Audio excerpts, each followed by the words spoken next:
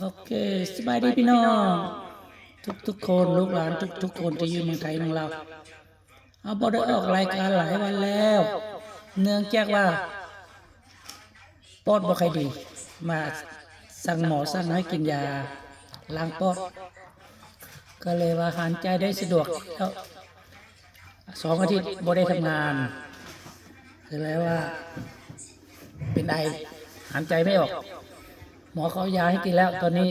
มาลองเสียงหน่อยส่งเสียงถึงเมืองลาวหน่อยจะส่งเสียงเพลงถึงเมืองลาวชื่อเพลงว่าเตือนใจลาวไปน้องเพราะว่าเราบ่ได้ออกรายการหลายวันแล้วบ่ได้ทำงานก็เลยว่ามาออกรายการวันนี้เป็นวันเสาร์วันที่18/2026 26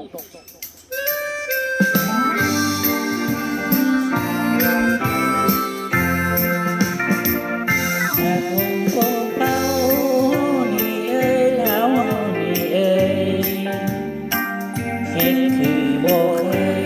จะมาเสยบ่ยากรำคาญ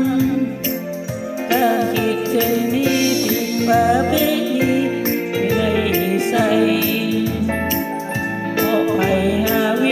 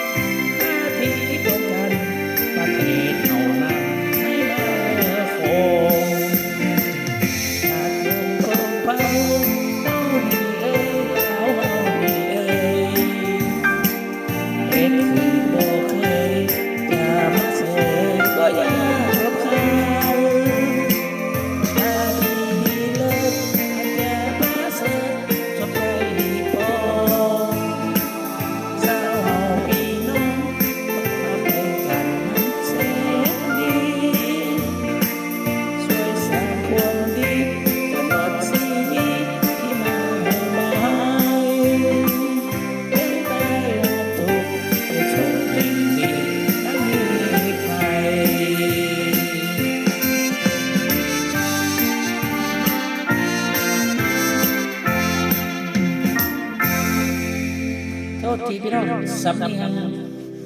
ภาคเหนื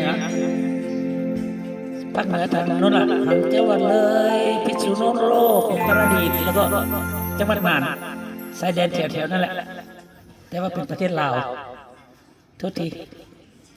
ขอโทษที่ฟัง